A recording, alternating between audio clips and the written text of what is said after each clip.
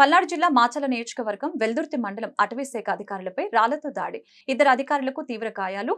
పంగోలియన్ smuggling చేస్తున్న ముఠాలో సభ్యుణ్ణి అదుపులోకి తీసుకుని వస్తూ ఉండగా మార్గ మధ్యలో గొట్టిపాళ్ల గ్రామ శివార్లు నిందితుల బంధువులు నిందితుడిని విడిపించేందుకు అటవీ శాఖ అధికారుల వాహనంపై రాళ్లతో దాడికి తెగబడ్డారు.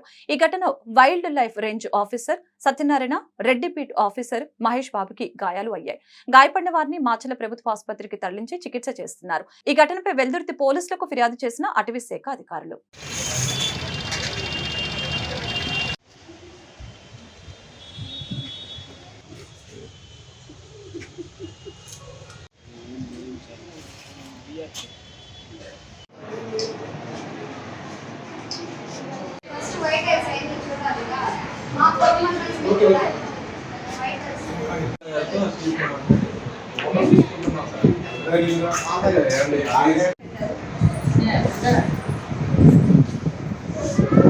UP south range officer driver అండి.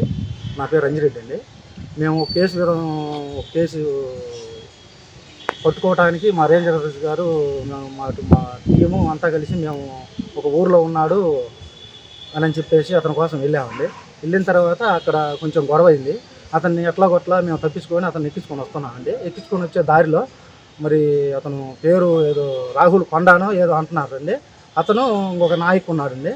ఉన్న తర్వాత ఎదురొచ్చారండి. బండి ఒకటి అడ్డం పెట్టిన తర్వాత కూడా మేము కొంచెం ముందుకు వెళ్తుంటే బండి సైడ్కి అన్నాడు. సైడ్కి అన్న తర్వాత నేను ఇంకా గేర్ వేసే లోపల నా మీద అటాక్ చేశారండి.